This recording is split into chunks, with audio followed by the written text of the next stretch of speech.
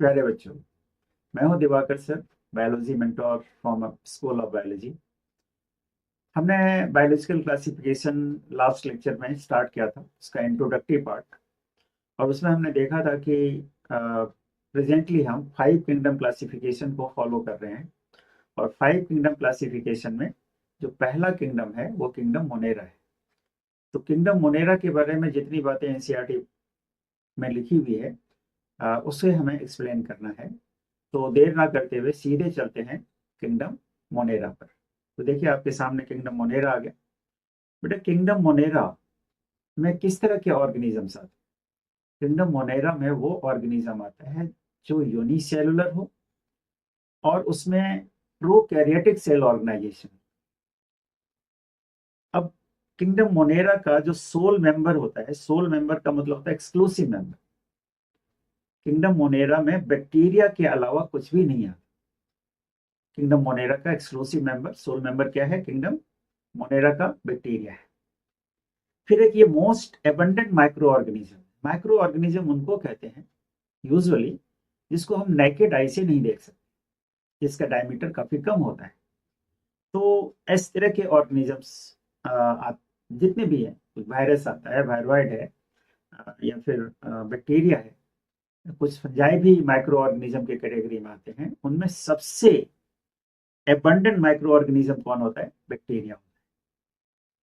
फिर एक bacteria present almost everywhere. एक वर्ड आता है बेटा, कॉस्मोपॉलिटन। कॉस्मोपॉलिटन का मतलब होता है कि हर जगह मिलने वाला। तो बैक्टीरिया हर जगह मिलते हैं। फिर एक क्लाइंट की, अब सॉइल, सॉइल में बैक्टीरिया बहुत ज्यादा अबंडेंट है ना। अब थोड़ा सा सॉइल को आप अपने फिस्ट में लो तो उसमें हंड्रेड्स ऑफ बैक्टीरिया आपको मिल जाएंगे। एक्सट्रीम हैबिटेट, एक्सट्रीम हैबिटेट जैसे कि हॉट स्प्रिंग है ना, सल्फर बैक्टीरिया वहां पर होता है। डेजर्ट में बैक्टीरिया होते हैं, स्नो में बैक्टीरिया होते हैं। डीप ओशन में आप सोचो कि डीप ओशन में जो बैक्टीरिया प्रेजेंट होता है उस पर कितना प्रेशर होगा, वाटर प्रेशर। उसको वो रेसिस्ट कर पाता है। उसको रेसिस्ट करने के लिए उसके पास एडेप्टेशन होते हैं। तो एक्सट्रीम कंडीशंस में भी बैक्टीरिया प्रेजेंट हो सकते हैं। जहां पर ऐसे कंडीशन में जहां पर दूसरे लाइफ को एज्यूम करना मुश्किल है, वहां भी बैक्टीरिया प्रेजेंट हो सकता है। कुछ बैक्टीरिया दूसरे ऑर्गेनिज्म के ऊपर एज ए पैरासाइट सर्वाइव करते हैं। ऐसे बैक्टीरिया को हम क्या बोलते हैं? पैरासाइट बोलते हैं, जो दूसरे ऑर्गेनिज्म से अपना अपना फूड ले। तो जिससे वो फूड लेता है वो होस्ट हो गया, तो बैक्टीरिया क्या हो गया? पैरासाइट। तो देख लो कि बैक्टीरिया कहाँ कहाँ प्रेजेंट नहीं होते। फिर है, जितने भी तरह की बैक्टीरिया हैं उनको 4 ग्रुप में डिवाइड किया गया है। किस बेसिस पर? उनके शेप के बेसिस पर। उनके शेप के बेसिस पर ये 4 कैटेगरी में आते हैं। जैसे सबसे पहला देखो, स्फेरिकल बैक्टीरिया को क्या कहते हैं? कोकस। इसी को प्लूरल में कोकाई बोलते हैं। दूसरा जो रॉड लाइक बैक्टीरिया है उसको बैसिलस बोलते हैं। प्लूरल में इसी को क्या बोलते हैं? बैसिलाई। पोमालाई को विब्रियम या विब्रियो।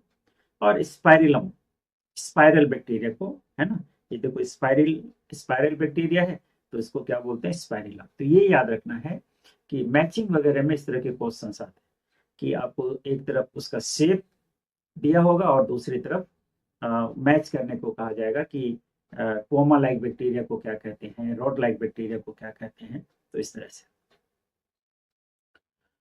अब बैक्टीरिया का स्ट्रक्चर तो यहाँ पर नहीं दे रखा है कि बैक्टीरिया का स्ट्रक्चर वाला जो पार्ट है, हम सेल यूनिट ऑफ लाइफ वाला जो सेक्शन है वहां पर हम देखेंगे कि बैक्टीरिया का स्ट्रक्चर। यहाँ पर सिंपली लिखा हुआ है कि bacterial structure is very simple. Obviously prokaryotic cell है तो प्रोकैरियोटिक सेल तो सिंपल, प्रो का मतलब ही होता है सिंपल। तो प्रोकैरियोटिक सेल है तो इसका स्ट्रक्चर काफी सिंपल होता है, लेकिन it is complex in behaviour. यही सब बातें हैं जो हमें समझनी है एनसीईआरटी की, कि भाई बैक्टीरिया का स्ट्रक्चर सिंपल है लेकिन इसका जो बिहेवियर है वो दूसरे ऑर्गेनिज्म के कंपैरिजन में कॉम्प्लेक्स क्यों है।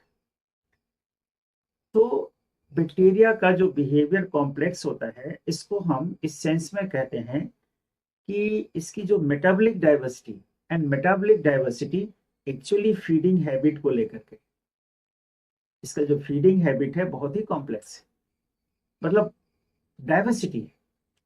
कैसे? जैसे कुछ बैक्टीरिया ऑटोट्रॉफ होते हैं, अपना फूड फूड खुद बना सकते हैं, अपना फूड खुद बना सकते हैं। अब जो अपना फूड खुद बना सकते हैं उसकी दो कैटेगरी होती है। एक है synthesize their own food from inorganic substance, जिसको कीमो ऑटोट्रॉफ बोलते हैं, है ना। इनऑर्गेनिक रिएक्शंस होती है, उससे एनर्जी रिलीज होती है, और उससे जो एनर्जी रिलीज होती है उससे वो अपना फूड बनाते हैं, जिसको हम क्या बोलते हैं? Chemo autotroph. लेकिन जो लाइट एनर्जी को यूज करता है उसको फोटो ऑटोट्रॉफ बोलते हैं। तो फोटोसिंथेटिक ऑटोट्रॉफ हो गया या कीमोसिंथेटिक ऑटोट्रॉफ हो गया, दो तरह के ऑटोट्रॉफ हो गए। लेकिन इस तरह का सवाल यदि पूछा जाए कि मोस्ट ऑफ द बैक्टीरिया क्या होता है, तो आंसर है most of the bacteria heterotroph. Most of the bacteria heterotroph. अब हेटेरोट्रॉफ में या तो वो किसी दूसरे होस्ट प्लांट से अपना न्यूट्रिशन लेगा, या फिर ऑर्गेनिक डेड डिकेइंग ऑर्गेनिक, जिसको डिकम्पोजर्स बोला जाता है, dead decaying plants and animals, उससे अपना न्यूट्रिशन डिराइव करते हैं, तो उसको सेप्रोफाइटिक मोड ऑफ न्यूट्रिशन बोला जाता है। और किसी होस्ट से अपना न्यूट्रिशन लेता है तो उसको पैरासिटिक मोड ऑफ न्यूट्रिशन लेता है। तो देखो बैक्टीरिया का स्ट्रक्चर कितना सिंपल है, वो यूनिसेलुलर है, प्रोकैरियोटिक सेल का बना है, लेकिन मेटाबॉलिक डाइवर्सिटी बहुत ज्यादा है। और बैक्टीरिया की मेटाबॉलिक डाइवर्सिटी को हम किस कॉन्टेक्स्ट में देखते हैं? फूड इनटेक के कॉन्टेक्स्ट में। ऑटोट्रॉफ भी हैं, ऑटोट्रॉफ भी दो तरह के हैं, फिर हेटेरोट्रॉफ। ज्यादातर बैक्टीरिया लेकिन क्या होता है? हेटेरोट्रॉफ होता है। अब किंगडम मोनेरा में हम किन किन को रखते हैं? तो सबसे पहले आता है आर्की बैक्टीरिया। बेटा हमने इंट्रोडक्टरी क्लास में आपको बताया था कि आर्की बैक्टीरिया को 6 किंगडम क्लासिफिकेशन में अलग कर दिया गया है, लेकिन इस बुक ने फॉलो किया है 5 किंगडम क्लासिफिकेशन को। इसलिए है तो ये बैक्टीरिया से कई मामलों में ये अलग होते हैं, लेकिन बेसिकली तो बैक्टीरिया है, यूनिसेलुलर है ना। प्रोकैरियोटिक्स ऑर्गेनाइजेशन होता है, ये तो कॉमन चीज है बैक्टीरिया और आर्की बैक्टीरिया में।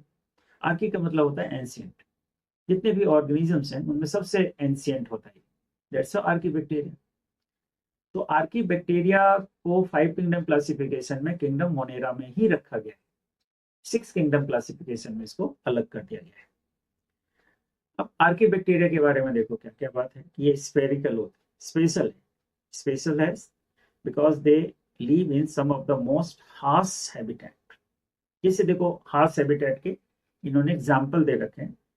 एक तो है हेलोफाइल्स। हेलोफाइल्स उन आर्की बैक्टीरिया को बोला जाता है जो सॉल्टी एरिया में रहता है, तो ये हार्श हैबिटेट हो गए, वहां पर ये प्रेजेंट है। जो हॉट स्प्रिंग में रहने वाले बैक्टीरिया हैं, Archie bacteria, thermo acidophiles. Thermo का मतलब है जो हाई टेम्परेचर को टॉलरेट कर सके, एसिडोफाइल का मतलब है जो एसिडिटी को, हाई एसिडिटी को टॉलरेट कर सके, उसको हम क्या बोलते हैं? Thermo acidophiles. और जो मार्सी एरिया में, जैसे एनिमल का डंग है, गोबर जिसको बोला जाता है, वहां भी प्रेजेंट होते हैं, उनको क्या बोलते हैं? मिथेनोजेंस। तो there are 3 group of archaebacteria. तो ये तीनों टर्म्स आपको याद रखते हैं कि जो सॉल्टी एरियाज में रहते हैं उनको हेलोफाइल्स, जो हॉट स्प्रिंग में रहते हैं उनको थर्मो एसिडोफाइल्स, और जो मार्सी एरियाज में रहते हैं उनको मिथेनोजेंस कहते हैं ना। अभी जैसी बात कर रहे थे कि आर्की बैक्टीरिया 6 किंगडम क्लासिफिकेशन में इसको अलग कर दिया गया है।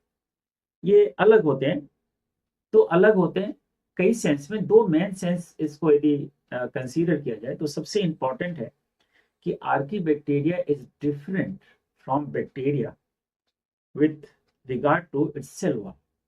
अपने सेल वॉल के कंपैरिजन, इसका जो सेल वॉल होता है, बैक्टीरिया का सेल वॉल, यहाँ पर देखो हमने लिखा है कि बैक्टीरिया के सेल वॉल को हम कहते हैं पेप्टाइडोग्लाइकेन या म्यूरिन बोला जाता है। बैक्टीरिया के सेल वॉल में ये NAG, N acetyl glucosamine, NAM, N acetyl muramic acid, ये दोनों शुगर है। ये N नंबर में, ये N है, 2 नहीं है, N नंबर में ये रिपीट होता है, और इसके साथ एक छोटा सा पेप्टाइड जुड़ा होता है, दैट्स व्हाई कॉल्ड पेप्टाइडोग्लाइकेन। ये पेप्टाइड हो गया, और ये दोनों शुगर है, तो ग्लाइकेन मतलब शुगर होता है। तो bacterial cell wall is made up of cell wall, bacterial cell wall is made up of peptidoglycan, इसको म्यूरिन बोला जाता है। लेकिन आर्की बैक्टीरिया में NAG तो यहाँ भी है, NAG के एनेसिटाइल ग्लूकोसामाइड, लेकिन NAM की जगह NAT होता है, एक दूसरा शुगर होता है ना, इसको एन एसिटाइल टैलो सेमिनो ग्लूकोस म्यूरिन बोलते हैं। तो NAT और इसका NAG और NAT इसका डाइसेक्राइड हो गया, ये रिपीट होते हैं और यहाँ पर पेप्टाइड थोड़ा सा जुड़ा होता है। इसको पेप्टाइडोग्लाइकेन नहीं बोल करके सूडो पेप्टाइडोग्लाइकेन बोलते हैं। सूडो सूडो मतलब फॉल्स। तो बैक्टीरियल सेल वॉल और आर्की बैक्टीरिया की सेल वॉल अलग होती है, दोनों के सेल वॉल का स्ट्रक्चर अलग होता है और इसलिए इसको अलग किया गया था, एक कारण ये भी था। लेकिन एक और चीज जो एनसीईआरटी बुक में नहीं लिखी है, लेकिन थोड़ा सा यदि आप एक्स्ट्रा जानना चाहें, मैं बहुत ज्यादा आपको एक्स्ट्रा नहीं चाहता हूँ कि आप जानें, लेकिन ये बात इंपॉर्टेंट है इसलिए मैं बताना चाहता हूँ। वो ये है कि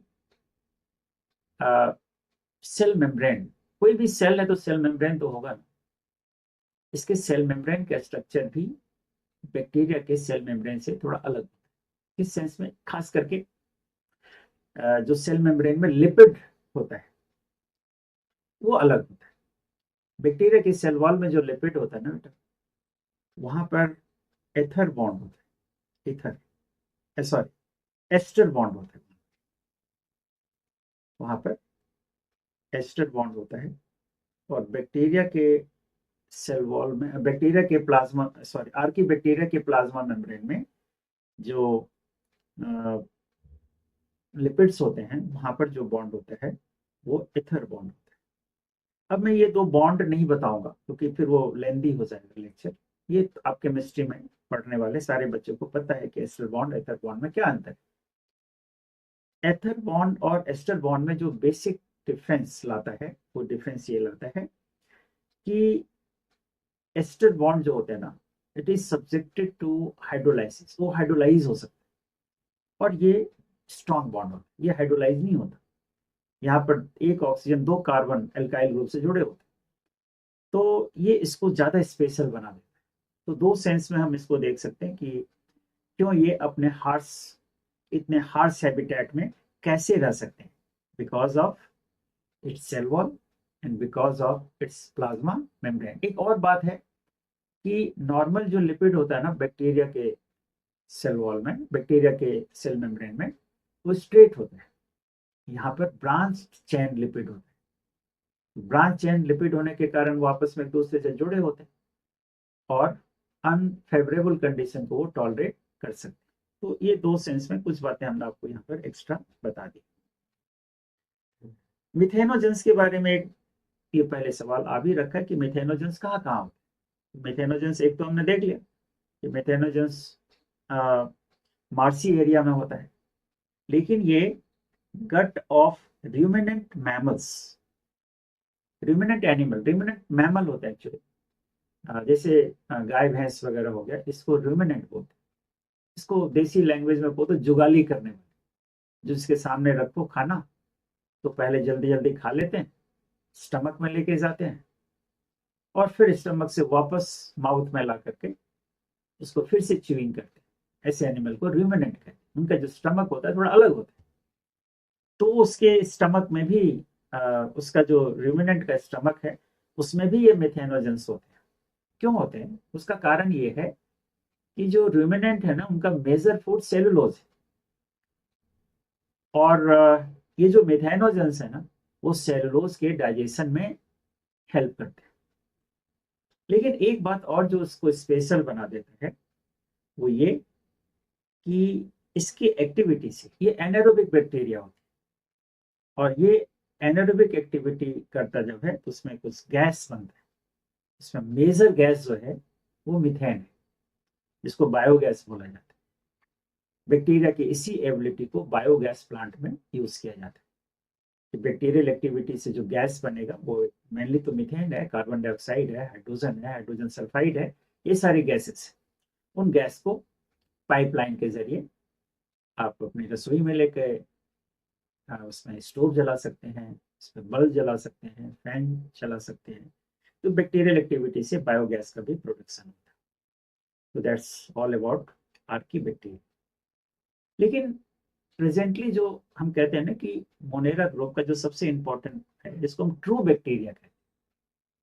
ट्रू बैक्टीरिया का मतलब इसका जो सेल वॉल का स्ट्रक्चर होगा या इसके सेल मेम्ब्रेन का जो स्ट्रक्चर होगा वो आर्कीबैक्टीरिया से बिल्कुल अलग होगा। तो यू बैक्टीरिया का मतलब ट्रू बैक्टीरिया है, मतलब एक्सक्लूडिंग आर्कीबैक्टीरिया। आर्कीबैक्टीरिया को तो वैसे भी अलग कर दिया गया, इसीलिए देखो यहाँ भी एक अलग सेक्शन में रखा गया इसको। तो यू बैक्टीरिया, इनकी सेल वॉल रिजिड होती है। बैक्टीरिया का स्ट्रक्चर जब हम करेंगे तो हम देखेंगे कि बैक्टीरिया के सेल वॉल में 3 लेयर होती है। 3 लेयर होने के कारण इसका सेल वॉल रिजिड होता है। कुछ बैक्टीरिया मोटाइल हो सकते हैं। यदि मोटाइल है तो उसमें फ्लैजिला होगा, सीलिया नहीं। बैक्टीरिया में सीलिया नहीं होता। यदि फ्लैजिला प्रेजेंट है, फ्लैजिला प्रेजेंट है तो मोटाइल होगा, और फ्लैजिला एब्सेंट है तो नॉन मोटाइल। तो दोनों तरह की बैक्टीरिया होती है। अब यू बैक्टीरिया में देखो सबसे इंपॉर्टेंट है साइनोबैक्टीरिया, जिसको ब्लू ग्रीन एल्गी भी कहते हैं। सबसे इंपॉर्टेंट बात यह है कि साइनोबैक्टीरिया के पास प्लांट्स की तरह क्लोरोफिल ए पिगमेंट होता है। तो ये जो क्लोरोफिल ए पिगमेंट जिसके पास है वो फोटोसिंथेटिक, और वो ऑक्सीजन इवॉल्व करेगा। और एक लाइन यहाँ आप जानिए कि हमारा जब अर्थ का ओरिजिन हुआ था तो उस समय जो कंडीशन था उसमें ऑक्सीजन नहीं था, रिड्यूसिंग एटमॉस्फेयर। तो हमारे एटमॉस्फेयर में ऑक्सीजन लाने वाला पहला ऑर्गेनिज्म ये साइनोबैक्टीरिया ही था। साइनोबैक्टीरिया के पास क्लोरोफिल ए होता है, और अपनी एक्टिविटी से, क्योंकि ये वाटर यूज करते हैं, जो वाटर यूज करेगा रिड्यूसिंग इक्विवेलेंट की तरह, वो क्या इवॉल्व करेगा, वो ऑक्सीजन इवॉल्व करेगा। तो ये फर्स्ट ऑक्सीजेनिक फोटोऑटोट्रॉफ जो हमारे अर्थ पर आया। तो साइनोबैक्टीरिया जो है इस वजह से भी इंपॉर्टेंट है। तो ये फोटोसिंथेटिक ऑटोट्रॉफ है। साइनोबैक्टीरिया यूनिसेलुलर है। यूनिसेलुलर तो होता ही है। कभी कभी ये कॉलोनी भी बना लेते हैं, जैसे यहाँ पर आप देखो ये कॉलोनी बनी हुई है, जो डायग्राम यहाँ पर है वो कॉलोनी बनी हुई है, कॉलोनियल। इस वजह से कुछ लोग इसे मल्टी सेलुलर प्रोकैरियोट भी बोलते हैं। तो दोनों बात एक साथ तो नहीं हो सकती। तो प्रोकैरियोट है तो वो यूनिसेलुलर ही होगा। और ये देखो कि ये जो कॉलोनी बनाते हैं ना, ये म्यूसिलेज सीथ, सीथ का मतलब कवरिंग है, और म्यूसिलेज मतलब स्लाइमी कवरिंग, इससे अपने को कवर कर लेते हैं। It's like a blanket. एक ब्लैंकेट के अंदर 4 लोग यदि सो जाते हैं तो चारों क्या फ्यूज हो जाते हैं? नहीं होते। यहाँ पर कोई फ्यूजन नहीं होता। तो मैं ऐसा मानता हूँ, और ज्यादातर बायोलॉजिस्ट ऐसा ही मानते हैं कि ये यूनिसेलुलर ऑर्गेनिज्म कॉलोनी बनाते हैं, प्रोटेक्टिव एक सीथ है इसके, जिसके कारण ये कॉलोनी का फॉर्मेशन करते हैं ना। बहुत सारे लोग यदि मिलके रहेंगे तो ऑब्वियसली वो ज्यादा प्रोटेक्टिव होगा। अब इसके बारे में एक दूसरी बात जो इंपॉर्टेंट है साइनोबैक्टीरिया के बारे में, एक बात तो इंपॉर्टेंट है कि वो क्लोरोफिल ए होता है उनके पास, तो ऑक्सीजनिक फोटोसिंथेसाइजर है। दूसरी बात कि कुछ साइनोबैक्टीरिया में एक स्ट्रक्चर होता है हेटेरोसिस्ट, जैसे कि किसमें होता है, नॉस्टॉक और एनाबिना में। ये क्या होते हैं इस हेटेरोसिस्ट, इसके अंदर ना एक एंजाइम होता है नाइट्रोजिनेज एंजाइम। इसके अंदर एक एंजाइम होता है नाइट्रोजिनेज एंजाइम, जो एटमॉस्फेरिक नाइट्रोजन का फिक्सेशन कर सकते हैं। हमारे एटमॉस्फेयर में नाइट्रोजन तो सबसे ज्यादा एटमॉस्फेयर में, लेकिन उस एटमॉस्फेरिक नाइट्रोजन को प्लांट डायरेक्टली यूज नहीं कर सकते। और नाइट्रोजन जो है वो प्लांट के ग्रोथ के लिए जरूरी है। नाइट्रोजन के बगैर प्रोटीन कैसे बनेगा? नाइट्रोजनस बेस नहीं बनेगा तो आरएनए डीएनए कैसे बनेगा?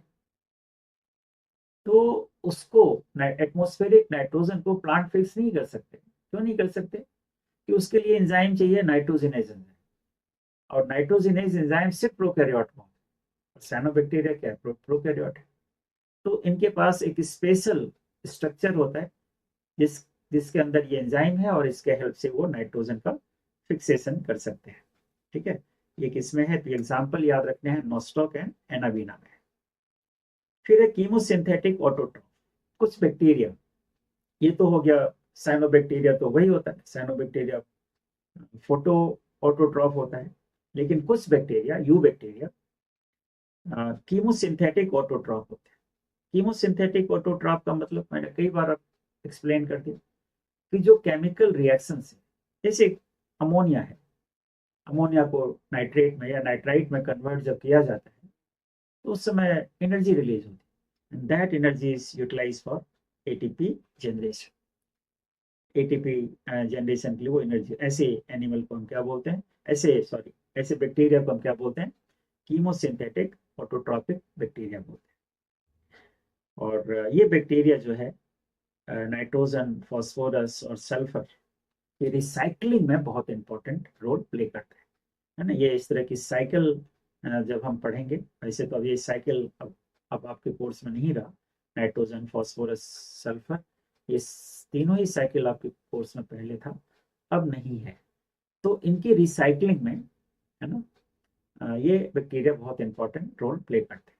तो दो तरह का हमने देखा कि यू बैक्टीरिया में दो तरह का म्यूटेशन तो देख लिया, लेकिन बैक्टीरिया जैसे हमने पहले भी कहा शुरू में कि most of the bacteria are heterotrophic, ये दिमाग में फीड कर लो। मोस्ट ऑफ द जो बैक्टीरिया होते हैं वो हेट्रोट्रॉप होते हैं, most abundant in nature, heterotrophic bacteria. और ये दो तरह के, डिकम्पोजर या फिर पैरासाइट। दोनों का मतलब बता चुका हूँ। जो होस्ट की बॉडी से न्यूट्रिशन लेता है वो पैरासाइट है, और जो डेड डिकेइंग ऑर्गेनिज्म से अपना न्यूट्रिशन लेता है वो सैप्रोफाइट है। ये दोनों ही हेट्रोट्रॉपिक मोड ऑफ न्यूट्रिशन है। अब बैक्टीरिया के बारे में दो बात, बैक्टीरिया को हम दो पॉइंट ऑफ व्यू से देखते हैं, एक यूजफुल पॉइंट ऑफ व्यू से, एक हार्मफुल पॉइंट ऑफ व्यू से। अब यूजफुल पॉइंट ऑफ व्यू से बैक्टीरिया कर्ड बनाता है मिल्क से, है ना, एलईबी, लैक्टोबैसिलस बैक्टीरिया जिसको बोलते हैं। Bacteria are the many bacteria are the source of antibiotics. कई बैक्टीरिया जो है नाइट्रोजन फिक्सेशन में, लिग्यूम प्लांट बोलते हैं, पी है, बीन्स है ना। तो इनमें बैक्टीरिया जो है नाइट्रोजन फिक्सेशन में बहुत इंपॉर्टेंट रोल प्ले करते हैं, लिग्यूम प्लांट में, है ना। पी प्लांट हो गया, बीन्स हो गए, ये सब लिग्यूम प्लांट। तो इनमें कुछ बैक्टीरिया होते हैं, है ना, नाम बता दूं तो उस बैक्टीरिया का नाम राइजोबियम है। वो नाइट्रोजन के फिक्सेशन में हेल्प करते हैं। नाइट्रोजन का फिक्सेशन वही करेगा जैसे हमने साइनोबैक्टीरिया में देखा कि वो एंजाइम होता है नाइट्रोजिनेज एंजाइम। तो लेग्यूम प्लांट को भी नाइट्रोजन की जरूरत पड़ती है। उसमें राइजोबियम जो है, राइजोबियम के पास नाइट्रोजिनेज एंजाइम होता है, इसके हेल्प से वो एटमॉस्फेरिक नाइट्रोजन को फिक्स कर सकता है। तो ये तो बैक्टीरिया का हो गया यूजफुल एस्पेक्ट। बैक्टीरिया का कुछ हार्मफुल एस्पेक्ट भी होता है। हार्मफुल एस्पेक्ट की बैक्टीरिया जो है वो कई तरह के डिजीज कॉज करते हैं, ह्यूमन बीइंग में, क्रॉप्स में, फार्म एनिमल्स में, पेट्स में, सब में बैक्टीरियल डिजीजेज होती है। जैसे कुछ डिजीज का नाम दिया हुआ है, ये आपको आ सकता है कि इनमें से कितने डिजीज बैक्टीरियल हैं, और आएगा तो वो एनसीईआरटी वाले एग्जाम्पल के तौर पर ही है। जैसे कोलरा है, टाइफाइड है, टेटनस है, ये ह्यूमन में ये सारी डिजीजेज होती हैं, बैक्टीरियल डिजीज। सिट्रस कैंकर, ये सिट्रस प्लांट का डिजीज है, जो प्लांट के फ्रूट्स को, लीव्स को, स्टेम को, सबको अफेक्ट करते हैं। तो citrus canker disease are well known disease caused by bacteria. ये बैक्टीरियल डिजीज, ये प्लांट का एग्जाम्पल होगा। अब एक सेक्शन है थोड़ा सा बैक्टीरिया के रिप्रोडक्शन के बारे में। Most common method of reproduction bacteria का फिशन होता है। फिशन तो दो तरह के हो सकते हैं, बाइनरी और मल्टीपल। देखो, एक बैक्टीरिया दो बैक्टीरिया में डिवाइड हो रहा है, ये फिशन है, इसको हम फिशन कहते हैं, बाइनरी फिशन। और ये बाइनरी फिशन ये सबसे कॉमन मेथड है बैक्टीरिया के डिवीजन। लेकिन बाइनरी फिशन जो बैक्टीरिया में होता है वो होता है फेवरेबल कंडीशन, फेवरेबल, ये याद रखना।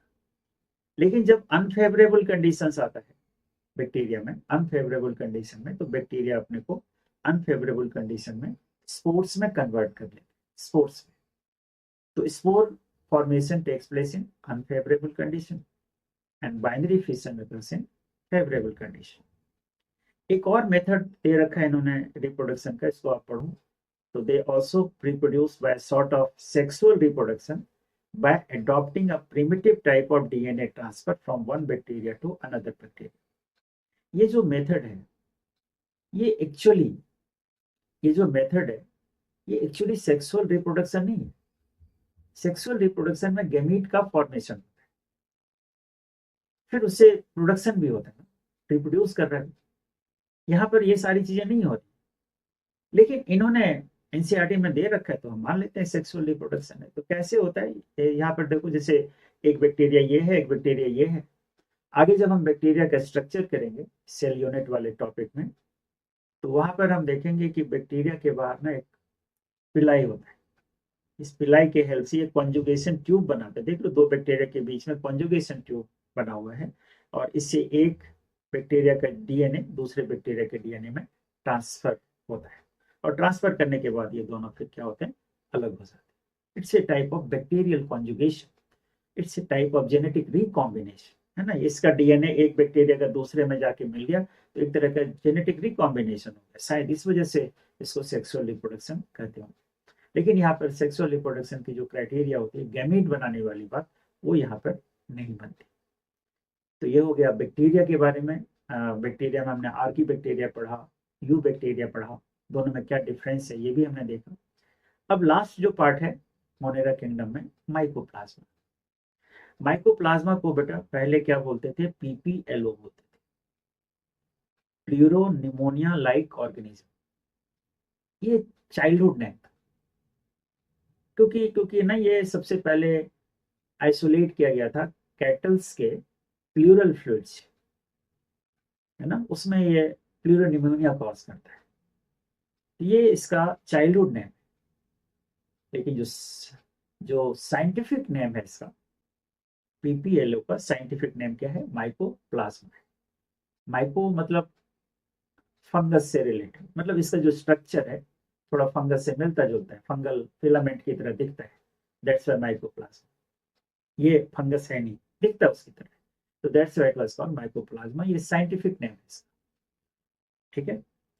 तो इसके बारे में ये भी, लेकिन एक बैक्टीरिया है, ये याद रखना। जो शुरू में एक लाइन लिखी है कि मोनेरा किंगडम का जो एक्सक्लूसिव मेंबर होता है मोनेरा किंगडम का, वो कौन होता है, वो बैक्टीरिया होता है। तो ये भी एक बैक्टीरिया है, mycoplasma is also bacteria and its previous name was PPL. इसके बारे में एक खास बात है कि इट लैक्स सेल वॉल, इसमें सेल वॉल नहीं होता। तो जिसमें सेल वॉल नहीं होगा, ऐसे कई एंटीबायोटिक्स होते हैं जो सेल वॉल को डिस्ट्रॉय करते हैं, इसमें सेल वॉल नहीं होता। तो ये सवाल आता है कि कौन सा ऐसा बैक्टीरिया है जिसमें पेनिसिलिन का एक्शन नहीं होता। तो पेनिसिलिन एक ऐसा एंटीबायोटिक है जो सेल वॉल को डिस्ट्रॉय करता है, तो पेनिसिलिन रेसिस्टेंट बैक्टीरिया है। दूसरे एंटीबायोटिक का एक्शन होगा, लेकिन पेनिसिलिन का एक्शन इस पर नहीं होगा। दूसरी बात जो अच्छा, सेल वॉल नहीं होने से ये अपना शेप बदल सकता है। इस फिनोमेना को प्लियोमॉर्फिज्म भी बोला जाता है। प्लियोमॉर्फिज्म, प्लियोमॉर्फिज्म मतलब अपने शेप को चेंज कर सकते है ना। तो क्योंकि सेल वॉल रिजिड कवरिंग होती है, तो वो नहीं है, तब उसके जिसमें वो होगा वो अपना शेप नहीं बदल सकेगा, ये अपना शेप बदल सकता है। दूसरी बात कि जितने भी माइक्रो ऑर्गेनिज्म हैं, जितने भी तरह के लिविंग सेल्स हैं, they are the smallest living cell, smallest, सबसे छोटा यही होता है, and they can survive without oxygen, है ना। ये देखो स्पेशल एडेप्टेशन है, बगैर ऑक्सीजन के सर्वाइव कर सकते हैं एनारोबिक कंडीशन। और एक और आखिर बात जो इसमें लिखी है कि माइकोप्लाज्मा पैथोजेनिक, पैथोजेनिक मतलब उसको कहते हैं जो डिजीज कॉज करे। तो डिजीज कॉज करने वाला पैथोजेनिक, ये एनिमल में भी करता है। जैसे एनिमल में जो डिजीज करता है उसको प्लूरो निमोनिया कहते हैं। ये एनिमल में, कैटल्स में डिजीज कर रहा है ना, प्लूरो निमोनिया। और दूसरा है प्लांट में भी लिटिल लीफ डिजीज बोलते हैं उसको, little leaf disease in brinjal, बैंगन में, है ना, little leaf disease in brinjal. तो ये दो डिजीज है, नाम लिख दिया हमने कि कौन कौन सा डिजीज है जो माइकोप्लाज्मा कॉज करता है। तो बेटा आज के लेक्चर में हमने मोनेरा कवर कर लिया। पर्पस देखो, मैं बार बार कहता हूँ कि यदि आप एनसीईआरटी को अच्छे से पढ़ लोगे तो कोई कारण नहीं है कि आप 350 प्लस मार्क्स बायोलॉजी में ना ला सको। और ये जो अब मैं लेक्चर तैयार कर रहा हूँ, जो लेक्चर मैं रिकॉर्ड कर रहा हूँ, वो लेक्चर बिल्कुल एनसीईआरटी बेस्ड। थोड़ी बहुत एक दो चीजें जो एक्स्ट्रा आपको जाननी चाहिए, वो उसके अलावा हमें ज़्यादा डिटेल में नहीं जाना। आप इस लेक्चर को ध्यान से पढ़ो, ध्यान से सुनो लेक्चर को, और ध्यान से सुनने के बाद एनसीईआरटी को एक बार गो थ्रू कर लो। जो एक दो चीजें एक्स्ट्रा बताता हूँ उसको वहीं पर नोट डाउन कर। एनसीईआरटी ही आपका नोट्स है। जो एक दो बातें जैसे मैं साइड में लिख देता हूँ, अंडरलाइन कर देता हूँ, आप लोग क्या करते हो कि सारे बुक के सारी लाइनों को अंडरलाइन कर देते। सारी लाइनें इंपॉर्टेंट हैं, लेकिन अंडरलाइन वो चीजें की जाती है जो हम अक्सर भूल जाते हैं, उन चीजों को अंडरलाइन करनी चाहिए। तो मिलते हैं एक नए लेक्चर के साथ। नेक्स्ट लेक्चर जो है वो होगा किंगडम प्रोटिस्टा। प्रोटिस्टा को भी एक ही लेक्चर में हम कवर करेंगे। आज के लिए इतना ही। Thank you very much.